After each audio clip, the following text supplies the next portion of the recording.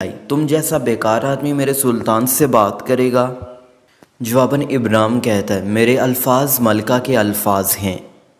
جواباً Gregor کہتا ہے اگر ابرام اندر نہ گیا تو میں بھی نہیں جاؤں گا۔ اگلے منظر میں وہ سب سلطان کے سامنے پیش ہوتے ہیں۔ سلطان پوچھتے ہیں تم کون ہو؟ جواباً ابرام کہتا ہے میں ملکہ وکٹوریہ کا مشیر اور آپ کے بڑے دشمنوں میں سے ایک، لیکن آج یہاں آپ کا دوست بننے آیا ہوں۔ جواباً سلطان کہتے ہیں ہم کبھی بھی آپ لوگوں کے دوست نہیں بنتے، ہم اپنی دشمنی کو محض کچھ عرصے کے لیے ختم کرتے ہیں۔ جواباً گریگور کہتا ہے اگر آپ صلاح الدین ایوبی کے قبیلے کو بچانا چاہتے ہیں تو شرائط واضح ہیں، اس کا قبیلہ وہاں سے منتقل ہوگا اور ہمارے درمیان حملہ نہ کرنے کا معاہدہ ہوگا۔ جواباً سلطان کہتے ہیں یہاں تم صلاح الدین کے قبیلے کے لیے معاہدہ کرنا ہے اور صلاح الدین کے قبیلے کو کیا کیا ہوا ہے۔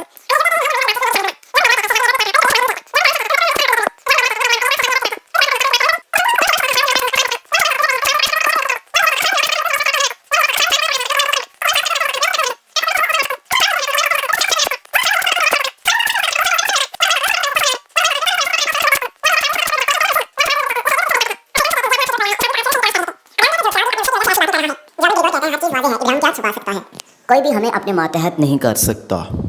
جواباً صلاح الدین کہتے ہیں تمہیں کیا لگتا ہے کہ یہ تمہیں طاقت دے رہا ہے، بلکہ یہ تمہیں ایک دن مار ڈالے گا۔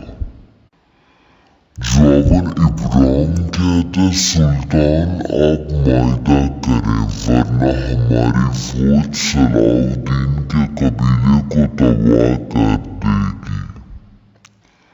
جواباً صلاح الدین کہتے ہیں یہ معاہدہ نہیں ہوگا اور میرا قبیلہ بھی منتقل نہیں ہوگا۔ ادھر قبیلے میں بائبورا سپاہیوں سے کہتا ہے تلواریں نکالو، اگر کوئی قبیلے سے باہر جاتا ہے تو اسے پکڑو۔ ادھر سلطان صلاح الدین ایوبی سے کہتے ہیں آپ جذباتی مت ہو، ہم یہاں ریاست کے مفادات کے لیے بات کر رہے ہیں۔ پھر میودوت کہتا ہے اگر ہم مدد نہ کرتے تو تمہارا قبیلہ تباہ ہو جاتا۔ جواباً صلاح الدین ایوبی کہتے ہیں ہم اپنے بل بوتے پر وہاں گئے تھے، اگر آج مرنا ہے تو مریں گے۔ جواباً ابرام کہتا ہے اس کے غصے نے اسے جنگلی بنا دیا ہے اور یہ تلواروں سے حل چاہتا ہے اور کہتا ہے یہ کاغذ کے ٹکڑے استعمال ہیں۔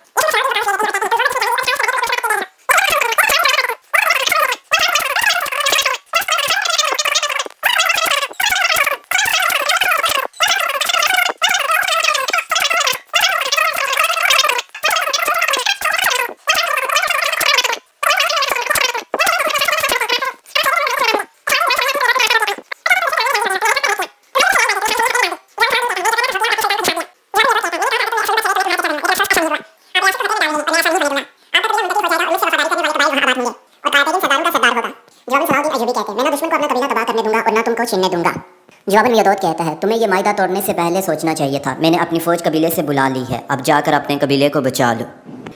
ادھر ابرام صلاح الدین کے قبیلے کو دیکھتے ہوئے گریگور سے کہتا ہے صلاح الدین کے قبیلے کو گھیر کر تباہ و برباد کر دو، خاص طور پر صلاح الدین کو ختم کیا جائے، اب وہ ہمارے لیے بہت خطرہ ہے۔ یہ سن کر گریگور اپنے کمانڈر سے کہتا ہے قبیلے کو گھیرنا شروع کر دو اور صلاح الدین کو دیکھتے ہی مار ڈالو۔ ادھر میودوت سلطان سے پوچھتا ہے کیا صلاح الدین کا قبیلہ وہیں رہے